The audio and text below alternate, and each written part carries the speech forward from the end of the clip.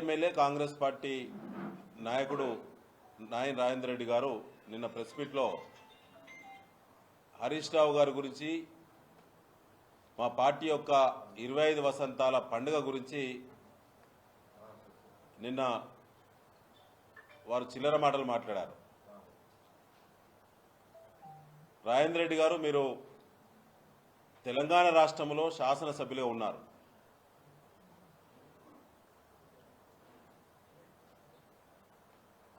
మీ నాయకుడు ముఖ్యమంత్రి రేవంత్ రెడ్డి గారు తెలంగాణ రాష్ట్రానికి ముఖ్యమంత్రిగా ఉన్నాడు. మీరిద్దరు కూడా దొంగలకు సద్ది కట్టినప్పుడు తెలంగాణ రాష్ట్ర ప్రజల ఆకాంక్షలపై నీళ్లు జల్లేటువంటి కోవట్టులుగా పైన రేవంత్ రెడ్డి, కింద రాజేందర్ రెడ్డి మీరు పనిచేసిళ్ళు. తెలంగాణ ఉద్యమ సందర్భంగా ఆత్మవిమర్శ చేసుకోవాలి రాజేందర్ రెడ్డి గారు. హరీష్ రావు గారి గురించి మీరు మాట్లాడడం అనేది సిగ్గుచేటు. మానుకోట ఘటన జరిగినప్పుడు మీరెక్కడ? మీరు నాయకుడిగా చెప్పుకునేటువంటి మోడీ గారి కోవట్టైన రేవంత్ రెడ్డి ఎక్కడ? ఇవాళ 25 వసంతాల పండుగ, పవిత్ర పండుగ సందర్భంగా ఒక చరిత్ర గల పార్టీ కేసీఆర్ గారి నాయకత్వంలో తెలంగాణ ప్రజలందరినీ ఏకం చేసి ఓరుగాలు వేదిక పైన ప్రపంచ రికార్డు పొందినటువంటి సభలను గతంలో కండక్ట్ చేసినటువంటి పార్టీ, ఏ లక్ష్యం కోసమైతే పుట్టిందో లక్ష్యాన్ని సాధించి తెలంగాణ రాష్ట్రాన్ని ప్రజలకు అందించినటువంటి పార్టీ కేసీఆర్ గారి నాయకత్వంలో 25 వసంతాల పండుగ ఇవాళ వరంగల్ వేదిక మీద జరుపుకుంటుంటే మీరింత చిల్లరగా దిగజారి మాట్లాడడం అనేది రాజకీయాల్లో మంచి పరిణామం కాదు. మీ పార్టీకి సంబంధించినటువంటి పుట్టుక గురించి, మీ పార్టీ ఉద్దేశాల గురించి కూడా చాలా మాట్లాడచ్చు. ఇలా మా పార్టీ యొక్క ఆవిర్భావ దినం, అది 25 వసంతాలు పూర్తి కావస్తున్నటువంటి పవిత్ర వేదిక అది. ఆ వేదిక వరంగల్లో జరపడానికి చరిత్ర ఉన్నది. ఓరుగల్లు లేని తెలంగాణ ప్రత్యేక రాష్ట్ర ఉద్యమము లేదు, కేసీఆర్ గారు లేనటువంటి తెలంగాణ రాష్ట్రము లేదు. ఇది సత్యం.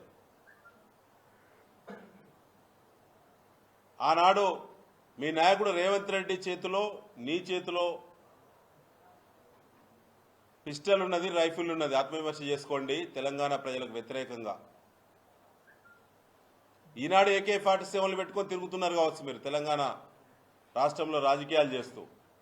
కానీ ఆత్మవిమర్శ చేసుకోవాలి. కేసీఆర్ లేని మీ భవిష్యత్తు లేదు. తెలంగాణ రాష్ట్రం ఏర్పడితేనే మీ నాయకుడు ముఖ్యమంత్రి అయిండు, మీరు ఎమ్మెల్యే అయిండు. ఒకసారి మీరు ఆత్మవిమర్శ చేసుకోవాలి. రాజకీయ విమర్శలకు ఒక పరిధి ఉంటుంది, ఒక పద్ధతి ఉంటుంది.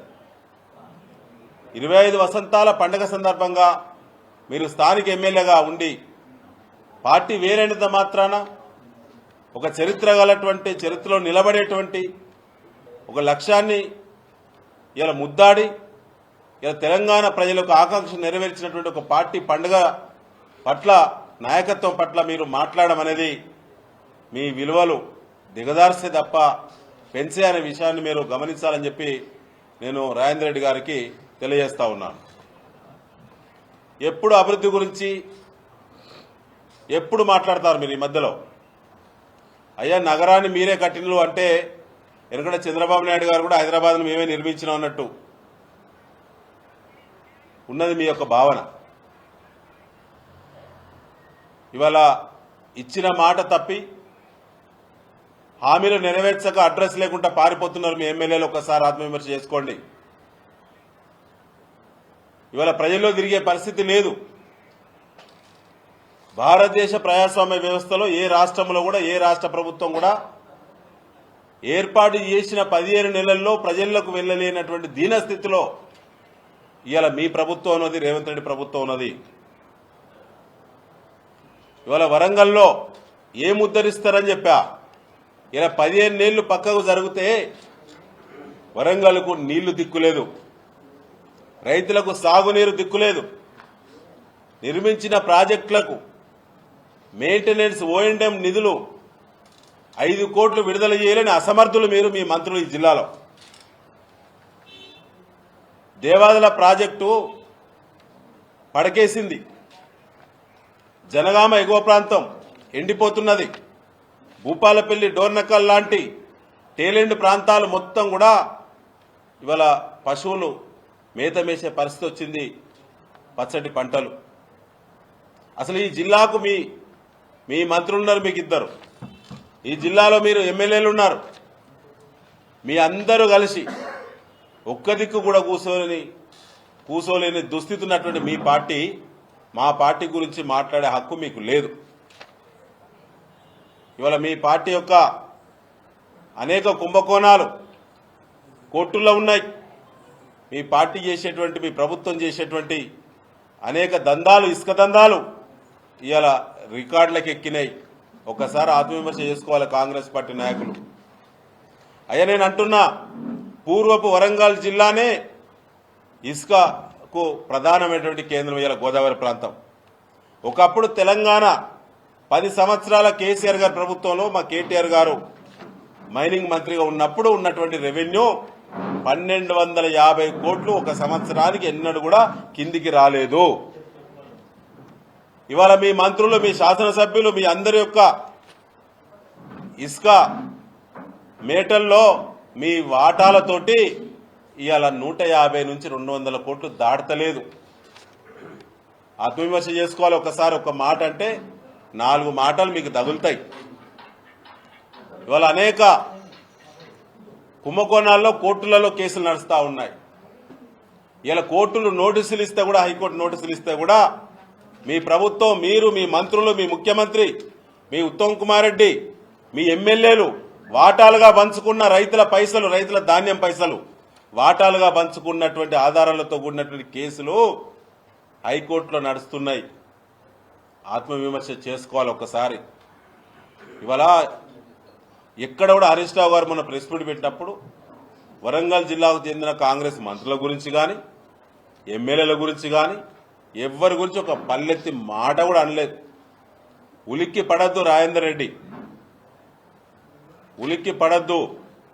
పాత రోజులన్నీ ఇవాళ ప్రజలు మార్పనంగానే మీకు అవకాశం రావచ్చుగాక, కానీ ఇలా ప్రజలు తలపట్టుకునే పరిస్థితికి మీరు తీసుకొచ్చిండ్రు ప్రజలను. ఆత్మవిమర్శ చేసుకోవాలి గ్రౌండ్లో ఏముందనేది.